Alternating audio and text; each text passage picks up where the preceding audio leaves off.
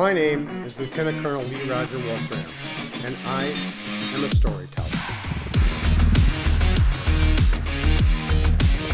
Welcome to the bunker.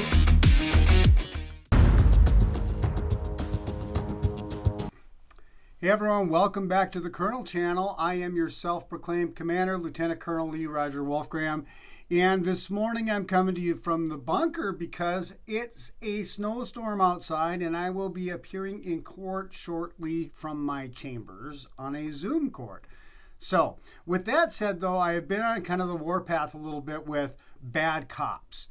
And I want to make it real clear from the beginning that I think most cops are good cops. And I explain it this way. Like any other job, there are good cops and bad cops, like your own job. I'm sure you know the bad employee, right? And the good cops don't like the bad cops giving them a bad rap. And police are learning over generations. I think this must be some sort of generational thing, but it's definitely a leadership thing.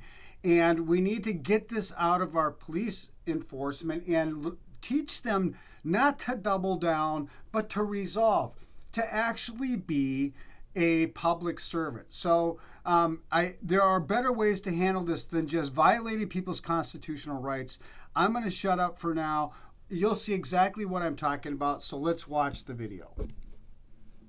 Michelle Allen Gregory, the vice president of the New York Coalition for Open Government, attended a New Haven Town Board meeting in Oswego, New York. During the meeting, the board adjourned into executive session, and Ms. Allen Gregory spoke out of turn to ask if there would be minutes taken during the executive session. Town Supervisor Dan Barney, who has repeatedly been listed on the New York Coalition for Open Government's so-called naughty list for government transparency, asked Ms. Allen Gregory to leave the meeting. And for just one moment, let's assume that this supervisor is corrupt. I mean, I don't know, and I'm not going to say that, but the point here is that this is a open government kind of thing, and this woman claims that she is a member of the local press.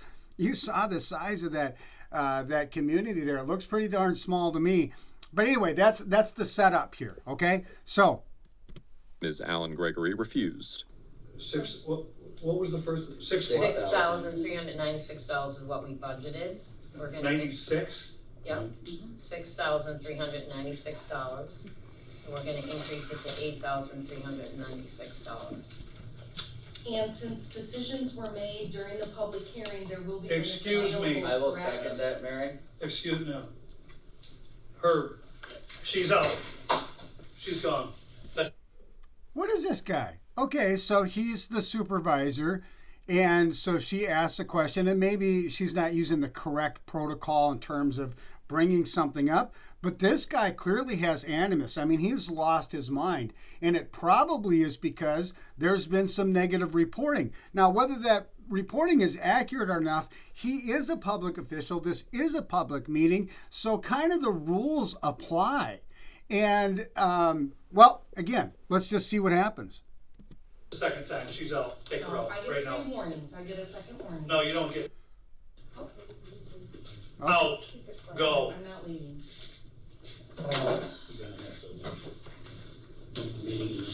Now, she did say there she's not leaving.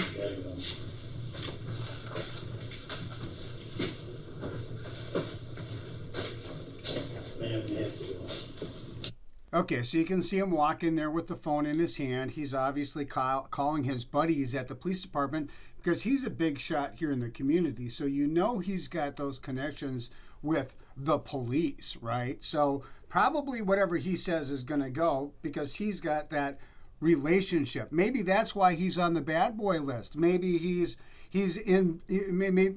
part of a corrupt administration, and maybe he's not.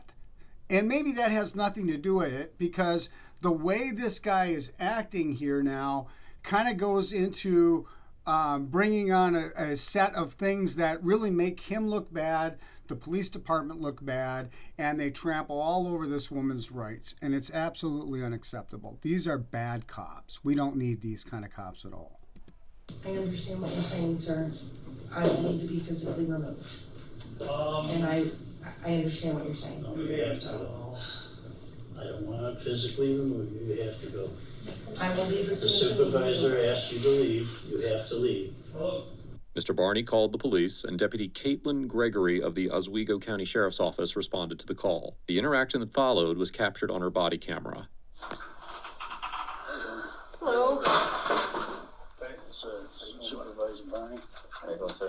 Hi, good, how are you? We had a situation where we had a person disrupted our meeting. I issued a warning. Okay.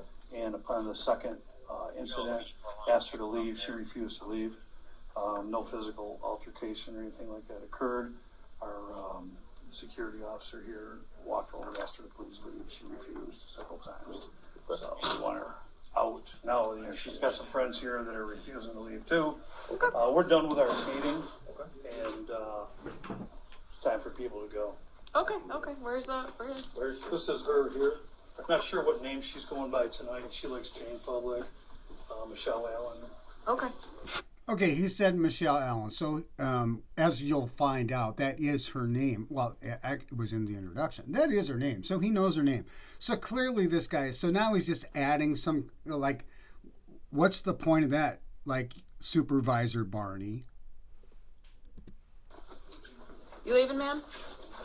Yeah, I was told I had to wait because the police were being Nobody called on told me. you you So- had to wait. Go. All right. So you have friends with you too. Who's your friends? You guys? Okay. All right. Well, let's just have you guys. He answer. told me I had to leave a public meeting, and then he said he called the cops, so I was waiting for the police to come so I would not be physically removed. Sure.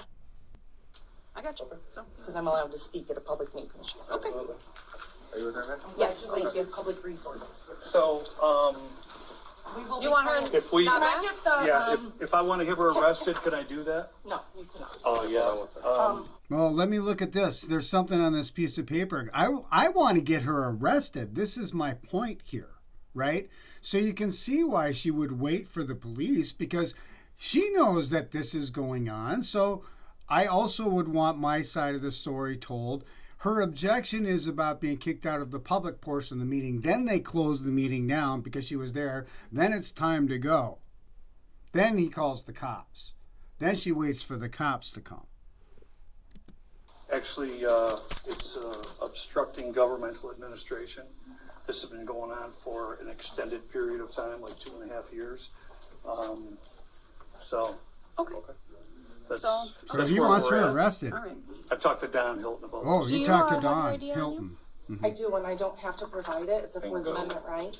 No, you are being investigated. So yes, you do For have to what identify crime yourself. am I being committed? Okay. Just So set if it we're right here. if we're talking If you wanna take a about look. Governmental obstruction? OGA, Because I Okay, now we've locked ourselves into some positions here, right? So obstruction of government, right? Okay, all right, let's hear where this goes. Because I can't follow this. This cop makes up stuff as fast as she can. So she's in sort of like this little childish sort of debate, like using rules that she makes up in order to gain advantage and become a bully. spoke out at a public meeting. I'm not here to argue about the reasons why you're being charged with that. So we're going to investigate it. Okay. And so for that, Well, we're what going to need your crime am I identification. being suspected You of? don't have to commit a crime to be investigated, right? In order Well, absolutely, like articulable suspicion of a crime. What is so? This woman here is not like, okay, well, what is the crime you're investigating? provide my ID, For you have to be investigated. Yes, you have to, You have to be have a crime that investigated. you're Nope, you have to be investigated. Doesn't have to be a I'm crime. not providing my ID. You have to. No, I don't. No, You will provide your ID, you will. Okay. or you're going to be placed in custody. Oh, see, immediately, this is my problem with the bad cops, right? So immediately what they go to is handcuffs and custody. Like that is, and you cannot back off from that position. When you come on strong like that, you leave yourself absolutely no way without sort of losing some of your authority because you give in. So a much better way would be like, let's hear the woman out. Like, can you come over here? Can we talk? Does this have to be a full public spectacle? I mean, can we just step over here? I want to hear your side of the story and then attempt to try to resolve that. I mean, that's the real problem here. And clearly there's some animus between the two, but that's not what happens because he talked to somebody And this has been going on for years, and maybe he's corrupt, and maybe the police department's corrupt, and maybe this woman's the only one that's speaking the truth, or maybe she's absolutely a crackpot. But even crackpots have their constitutional rights, and this woman is just asserting her constitutional rights. And so, odd. For what? For OGA. Which You'll have a is, second charge for that. okay, Oh, now I it's would 2. suggest you not do this and you call a supervisor. I would love to call my supervisor. I would Why love don't you that. go ahead and get pre-tory on Oh, I'd love to, because my I already have supervisor a couple taught of me how to attorneys on the do phone this. as well. That's fine. And because I spoke out at a public meeting, you're trying to arrest me for, Failing to provide your can I identification. see what? No. What? Okay, so now it's being arrested for failing to provide your ID. Let's keep this straight, officer. And now, I'd love to call my boss, because you know what? I learned how to come on strong and not back off and not leave myself any room. That's from the leadership I got. So yeah, my boss will be here. I'll wag my tail when my boss comes over here. See, look what I learned from you. What I'm being charged for. No, you're not being charged with anything yet. Well, you We're have to, investigating. if I don't provide my ID, I have understand to- what you just said to me, that you said that you had to be given a charge to provide your identification. I'm telling you that's wrong. Okay, All you need is, it's not about disagreement. Okay. That's the facts. I know my rights. You obviously don't. Whoa! So I think this cop loses her badge, goes back to school until she passes a test on constitutional rights. How's that for training? Okay. No, she wants a supervisor, so. Actually, we have a lady here that would love to speak. Hold on one second. No, I'm requesting a Hear that condescending? Oh, they'd love to speak to you. We got something going on here. We're ready for this kind of stuff. He talked to Dawn or somebody earlier. supervisor be present. Preacher, are you able to come down here? What, Thank you. What am I being charged with? You are not being charged with anything. You are being investigated. You're refusing to provide For- identification. Deputy Gregory claims that Ms. Allen Gregory is required to provide her ID because she was being investigated for obstruction, and that if she refuses, she could face an additional obstruction charge. According to Section 195.05 of the New York Penal Law, quote, a person is guilty of obstructing governmental administration when he intentionally obstructs, impairs, or perverts the administration of law or other governmental function, or prevents or attempts to prevent a public servant from performing an official function by means of intimidation, physical force, or interference, or by means of any independently unlawful act. Now, Wait a minute, did that happen?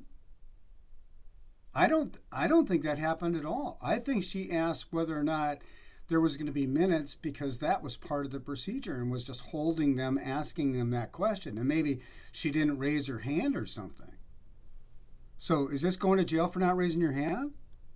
while calmly and briefly speaking out of turn during a public meeting likely would not rise to the level of obstructing governmental administration, if a court determined that Ms. Allen Gregory had been lawfully ordered to leave the meeting and refused to do so, it could potentially also conclude that her refusal to leave constituted a so-called independently unlawful act that intentionally obstructed the administration of the meeting. Section 240.20 of the New York Penal Law states that, quote, a person is guilty of disorderly conduct when, with intent to cause public inconvenience, annoyance, or alarm, or recklessly creating a risk thereof without lawful authority, he disturbs any lawful assembly or meeting of persons.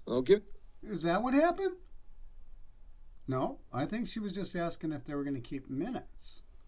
Didn't raise her hand again. The nature of Ms. Allen Gregory's so-called interruption, it seems unlikely that a court would conclude that she committed disorderly conduct, as the statute requires that an individual act with intent to cause public inconvenience, annoyance, or alarm. What was her real intent? Her real intent was to see if they were going to follow their own little rules. Ms. Allen Gregory's intent appeared to be nothing more than to obtain an answer to her question and remain in the meeting that she was lawfully entitled to attend. Additionally, Section 140.05 of the New York Penal Law, the state trespass statute, criminalizes remaining unlawfully in a building that is open to the public in defiance of a lawful order not to remain. Now, we will discuss the lawfulness of the order to leave later in this episode, but for now, it is important to note that if the order was determined to be unlawful, Ms. Allen Gregory could not be convicted of trespassing. Likewise, it is highly unlikely that an additional obstructing charge would be warranted for her refusal to provide her identification to Deputy Gregory. Although Section 140.50 of the New York Criminal Procedure Law authorizes police officers to detain individuals based on reasonable suspicion of criminal activity and demand of their name, address, and an explanation of their conduct, it does not grant officers the power to require physical identification or to arrest citizens who refuse to identify themselves. Okay, that seems like a good spot before the video gets too long. I just wanted to, do you see where I'm going here? Here's what actually happens. She does end up getting arrested. So in the next video, we will kind of pick up there if people want to see the rest of this particular story. Let me know in the comments, and then I will do a part 2. But I think you see my point. There are such better ways that the police could have handled this that didn't have to turn this into a woman ultimately getting arrested. And I'll leave that for the next time. But until the next time, from the bunker, this is Wolf 6 out here.